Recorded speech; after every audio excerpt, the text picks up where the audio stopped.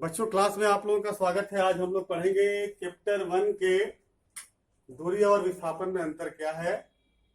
दूरी और विस्थापन में अंतर, दूरी क्या है और विस्थापन क्या है, दोनों में अंतर क्या है, इस चीज को हम लोग सीखेंगे बहुत बढ़िया से। दूरी किसी भी वस्तु द्वारा किसी भी समय में तय की गई मार्ग के लंबाई को दूरी कहते हैं। आपको बता दें कि कोई भी वस्तु है और किसी भी समय में जितनी रास्ते में तय करती है दूरी, मार्ग की जो लंबाई होती है वही दूरी से रिलेटेड होता है। जैसे आपको एक एग्जांपल मैं देता हूं। जैसे यहाँ घर है और यहाँ स्कूल है।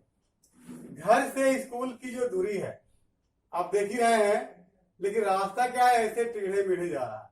ये रोड है, रोड, ये रोड है, ये रोड है, ये रोड टेढ़ी मेढ़ी ऐसे जा रहा है। तो घर से स्कूल तक जाने में जितना ये रास्ते की लंबाई होगी उसी को हम कहते हैं दूरी। तो किसी भी वस्तु द्वारा या व्यक्ति द्वारा तय की गई पथ की लंबाई को, पथ मतलब रास्ता, रास्ते की लंबाई को हम क्या कहते हैं, दूरी कहते हैं। इतना तो आप समझ में आ गया होगा कि दूरी का मतलब क्या होता है। और विस्थापन क्या है? विस्थापन को इंग्लिश में डिस्प्लेसमेंट कहते हैं। डिस्प्लेसमेंट क्या है? डिस्प्लेसमेंट का मतलब है किसी भी वस्तु की प्रारंभिक स्थिति और अंतिम स्थिति के बीच की न्यूनतम दूरी होती है। अर्थात यहाँ पे घर है, यहाँ पे स्कूल है। घर का मतलब प्रारंभिक स्थिति है और स्कूल का मतलब अंतिम स्थिति है। तो आपको देखना है कि घर से स्कूल के बीच सबसे छोटा रास्ता कैसे हो सकता है। तो सबसे छोटा रास्ता ऐसे हो सकता है, मतलब एक सीधी रेखा, एक सरल रेखा यदि हम बना दें तो सबसे छोटा रास्ता यही होगा और यही कहलाता है विस्थापन। तो आप समझ गए होंगे कि किसी भी वस्तु द्वारा, ठीक है, या किसी वस्तु की प्रारंभिक स्थिति और अंतिम स्थिति के बीच की न्यूनतम दूरी को हम कहते हैं विस्थापन। तो दूरी और विस्थापन में आप खास तौर से अंतर समझ ही गए होंगे। जैसे एक मैं आपको सबसे सिंपल एग्जांपल दे रहा हूं। जैसे कोई बच्चा यहाँ पे खड़ा है, सीधे रोड से आ गया यहाँ पे, ये ए जगह है, जगह का नाम ए है, ये बी है, बी पे आया, अब बी से रोड ऐसे घूम गया है, मतलब 90 डिग्री पे एंगल पे 90 अंश के कोण पे रोड ऐसे घुमा है और यहां तक सी एक जगह है। तो ए से जो बी के बीच की जो दूरी है वो 4 किलोमीटर है और बी से सी के बीच की दूरी है वो 3 किलोमीटर है। बच्चा कहां से चला है? ए से चला है। कहां पे रुका है? सी पे रुका है। ऐसे ये रोड गया है। ये क्या है? ये रोड है, रोड, रोड से गया, ए से बी पे आया, बी पे रुका नहीं, बी से घूम गया, ऐसे 90 अंश के कोण पे आ गया सी पे। अब पूछा गया इस कंडीशन में इसका दूरी कितना होगा और विस्थापन कितना होगा। तो दूरी का मतलब आपको बताया गया था अभी कि वस्तु द्वारा तय की गई मार्ग के लंबाई को दूरी कहते हैं। अब देखिए 4 किलोमीटर इधर और 3 किलोमीटर इधर, 4 3 क्या हो गया? 7। तो 7 किलोमीटर क्या हो गया? ये दूरी हो गया। विस्थापन क्या है?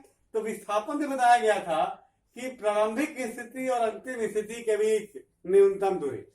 प्रारंभिक स्थिति क्या है? ए है, अंतिम स्थिति क्या है? सी है। इसके बीच जो न्यूनतम दूरी होगी वो ये होगी। खास तौर से ये देखिए, इसका जो आकार है एक त्रिभुज की तरह बन गया।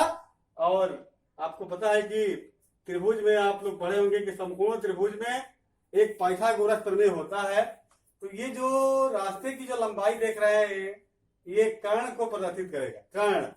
तो कर्ण बराबर पाइथागोरस प्रमेय से कर्ण बराबर रूट में लंब का वर्ग धन आधार का वर्ग। आपको पता है 4 का वर्ग धन 3 का वर्ग। आपको पता है 16 + 9 = 25 बराबर वर्गमूल लेंगे तो 5। इसका मतलब ये दूरी क्या हो गई? ये 5। मतलब ये जो विस्थापन है, विस्थापन कितना हो गया? 5। तो विस्थापन हो गया 5 और दूरी कितना था 7, तो दूरी भी 7 और विस्थापन 5। देखिए दोनों अलग अलग हैं, दोनों एक समान नहीं है। बच्चा समझता है कि क्या यार दोनों अलग अलग होता है क्या, ऐसा कोई जरूरी नहीं है। विस्थापन और दूरी एक समान भी हो सकता है। कैसे? जैसे मैंने कहा कि यहाँ पे एक कोई जगह है, यहाँ बी है, ये सीधी रोड गई है ए से बी तक, सीधी। मान लेते हैं कि ये 100 किलोमीटर है, तो इस कंडीशन में दूरी और विस्थापन कितना होगा? दोनों हो जाएगा 100। कैसे? हम जानते हैं मार्ग की लंबाई को दूरी कहते हैं, 100 मार्ग की लंबाई है, और विस्थापन ए और बी के बीच न्यूनतम दूरी क्या होती है? 100 है, तो ये विस्थापन कितना हो गया? 100 ही है, तो दोनों क्या हो गया? एक समान हो गया। इस प्रकार से एक छोटा सा एग्जाम्पल और दे देते हैं। जैसे गोलाकार फील्ड है और इस गोलाकार फील्ड की त्रिज्या है 7 किलोमीटर। अब एक बच्चा है, यहाँ ए से दौड़ना शुरू करता है। ये गोलाकार फील्ड है और फील्ड के चारों तरफ से रोड बना है, गोलाकार रोड बना, ये रोड पिच रोड और पक्की रोड है, पक्की रोड। और यहाँ से बच्चा ए से दौड़ना शुरू करता है और कहाँ पे आ गया? बी पे आ गया। अब ए से, अब इसको मिला देंगे ऐसे, ये सेंटर है, सेंटर। तो अब ए से बी तक जाने में इसका दूरी कितना होगा और विस्थापन कितना होगा, ये निकालना है। आपको बता दें कि पहले दूरी देखिए, दूरी क्या है? पूरा एक चक्कर में जो दूरी होती है वो वृत्त की परिधि के बराबर होती है 2πr, आपको पता होगा। तो ये आधा ही चक्कर है ना, जो ये गोला है आधा ही है, 2πr/2 कर देंगे, 2 से 2 कटेगा, πr। पाई का मान क्या होता है? 22/7। आर का मान क्या होता है? 7। 7 से 7 कटा तो क्या आ गया? 22। तो दूरी कितना हो गया? 22 किलोमीटर। तो दूरी हो गया 22। विस्थापन आइए, विस्थापन में मैं बताया था ए से बी तक जाना है, ये तो दूरी हो गया, ऐसे रोड बना है। लेकिन विस्थापन में क्या होता है? जैसे एरोप्लेन को जाना है तो ए से बी तक जाएगी तो ऐसे सीधे यहीं से डायरेक्शन ले लेगी, ऐसे ट्रेन की तरह नहीं जाएगी, ट्रेन ऐसे घूम के जाएगी।